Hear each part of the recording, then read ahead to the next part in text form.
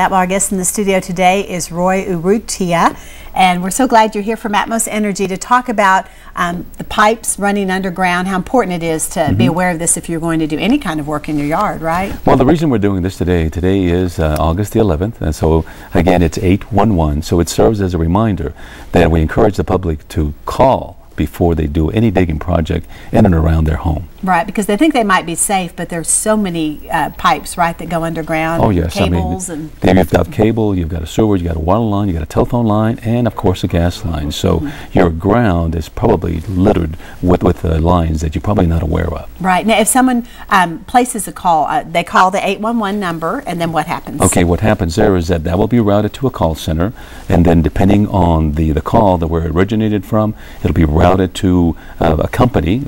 Case in point here at Atmos Energy. We have a contractor that will come out, get the address, and then a contractor will go out and survey the lines.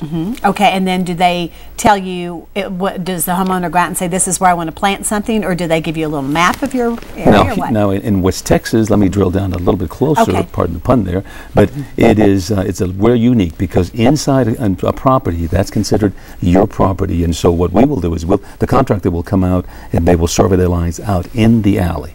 Because you've got a water line, you've got a sewer line, and all these things. But inside, the contractor won't go in because it's private property. Right. But I would encourage to call an electrician, a plumber, or someone, or maybe somebody has an idea where that line is. That's where we're a little unique in West Texas. Okay. Now, is there a charge for this? There is no charge for calling. But it's imperative that someone calls, and it's the law that you call 2 hours before, because if there is some damage, then fines can be assessed to the person. So that's why it's paramount that they call.